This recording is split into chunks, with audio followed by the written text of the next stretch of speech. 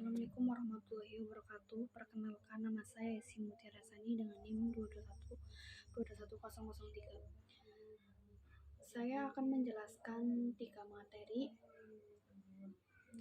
Yang pertama tentang hadis sumber ajaran Islam. Yang kedua tentang pembagian hadis dari segi kuantitas, jumlah perawi, dan kualitasnya. Yang ketiga ada kodifikasi pembukuan hadis. Saya menjelaskan materi ini guna untuk melengkapi tugas ulumul hadis. A. Kedudukan hadis sebagai sumber hukum Islam. Hadis adalah sumber hukum Islam, pedoman bagi umat Islam yang kedua setelah Al-Quran. Bagi kita yang telah beriman terhadap Al-Quran sebagai sumber hukum Islam, maka secara otomatis kita juga harus mempercayai bahwa hadis juga merupakan hukum Islam.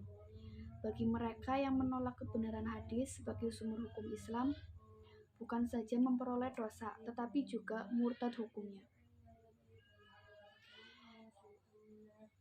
Yang kedua ada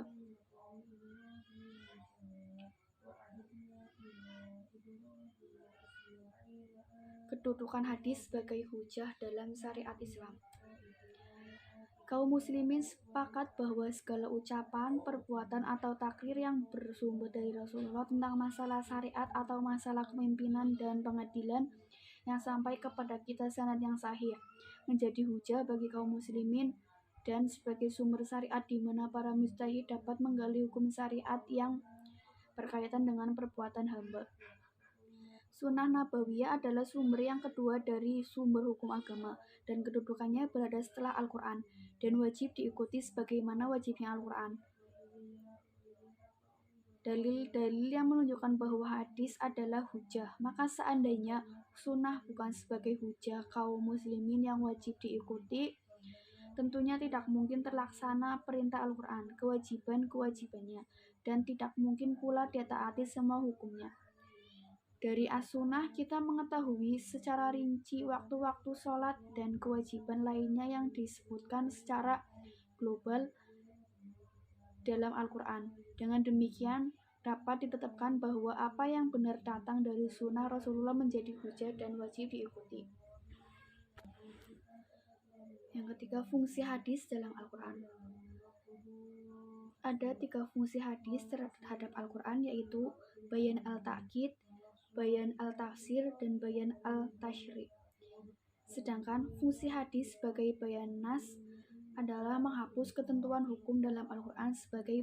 Sebagian besar ulama tidak setuju.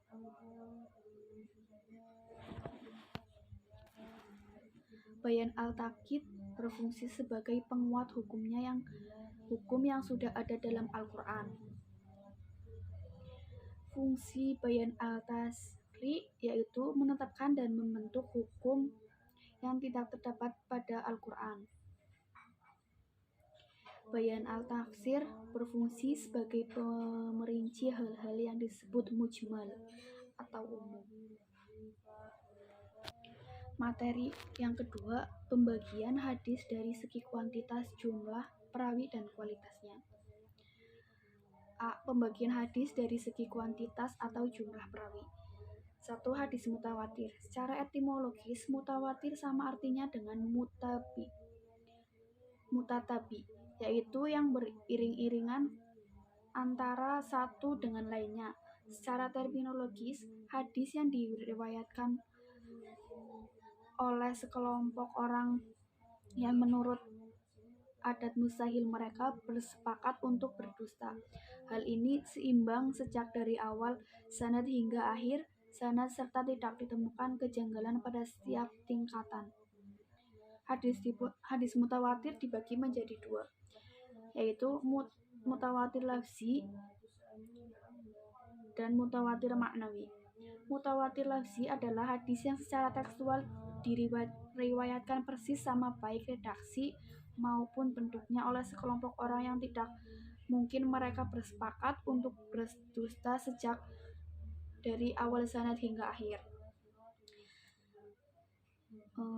Hadis mutawatir maknawi adalah hadis yang diriwayatkan oleh sekelompok orang yang tidak mungkin sepakat berdusta dan secara maknawi memiliki konotasi makna yang sama meskipun secara redaksi berbeda.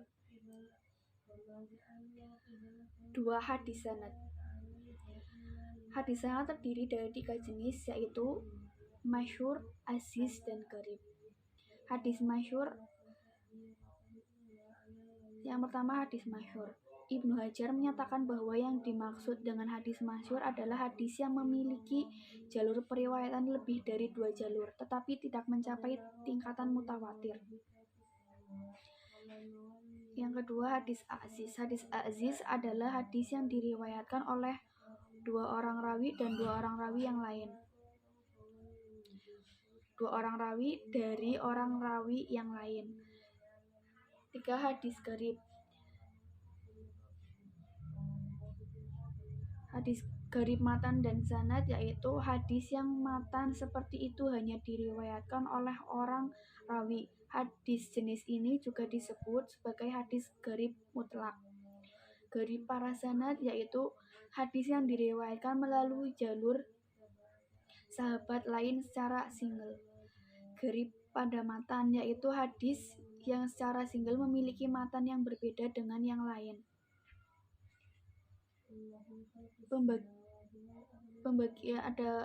Adapun pembagian hadis dari segi kualitatif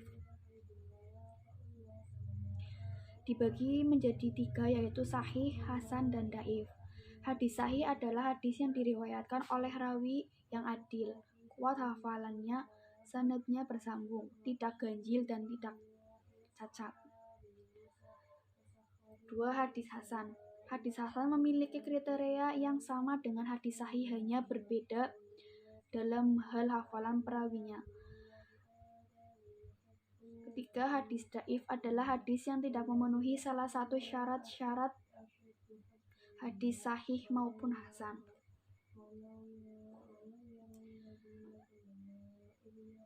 Berikut pembagian hadis dhaif. A.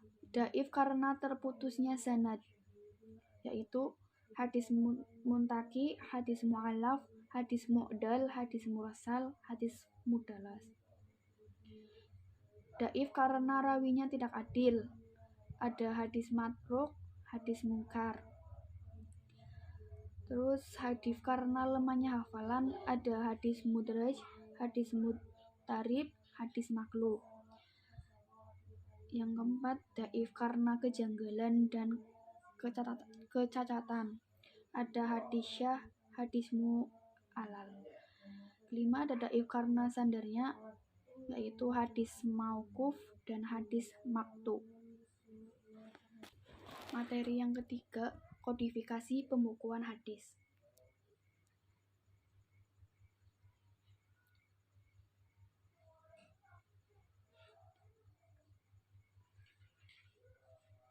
Latar belakang pembukuan hadis adalah setelah agama Islam menyebar di masyarakat, lalu dipeluk dan dianut oleh penduduk yang bertempat tinggal di luar Jazirah Arabia dan para sahabat yang tidak sedikit jumlahnya yang telah meninggal dunia.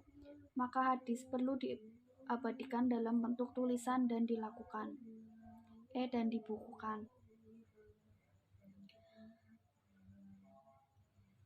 Yang pertama kali membukukan hadis Nabi adalah orang yang pertama kali memberi perhatian untuk membukukan hadis Nabi, yaitu Muhammad bin Muslim bin Ubaidillah bin Syihab al-Zuhri al-Madani. Selanjutnya, kodifikasi hadis dilakukan pada masa dinasti Abbasiyah yang disponsori oleh pemimpin-pemimpin Abbasiyah. Yang pertama kali membukukan hadis sahih, Imam Hadis, Imam Hufaz, dan Amirul Mukminin fi al-Hadis Abu Abdillah Muhammad bin Ismail bin Ibrahim bin Mughirah bin Barzibah al-Bukhari bangkit pada masa ini. Beliau mengumpulkan hadis-hadis sahih dalam satu kitab Al-Jami' al-Sahih dan yang diseleksi dari ratusan ribu hadis yang beliau hafalkan. Berikut ada kitab-kitab hadis pada abad 2-4 Hijriah. Yang pertama, kitab-kitab hadis pada abad ke-2 Hijriah. Al-Musnad karya Abu Hanifah, Al-Mushanaf karya Al-Auza'i, Al-Mushanaf karya Syu'bah bin Hajjah, Al-Mushanaf karya Al-Laits bin Sa'ad, Al-Muwatta karya Imam Malik. Yang kedua, kitab-kitab hadis pada abad ketiga Hijriah. Yang pertama, Sunan Sa'id bin Mansur karya Imam Sa'id bin Mansur. Yang kedua, Musannaf Ibni Abi Saibah karya Imam Ibnu Abi Saibah. Yang ketiga, Musnad Ishaq karya Imam Ishaq bin Rahawayh. Yang keempat, Musnad Ahmad karya Imam Ahmad. Yang kelima, Sunan Al-Darimi karya Imam Al-Darimi. Yang ketiga, kitab-kitab hadis pada abad keempat. Yang pertama, Sahih Ibnu Huzaimah karya Imam Ibnu Huzaimah. Musnad Abi Awana karya Imam Abu Awana. Sahih Ibni Hibban karya Imam Ibnu Hibban. Al-Mujam Al-Kabir, Al-Zaghir, dan Al-Awsat karya Imam Al-Tabrani. Sekian penjelasan dari saya. Mohon maaf bila ada kekurangan atau kurang jelas. Sekian dari saya. Wassalamualaikum warahmatullahi wabarakatuh.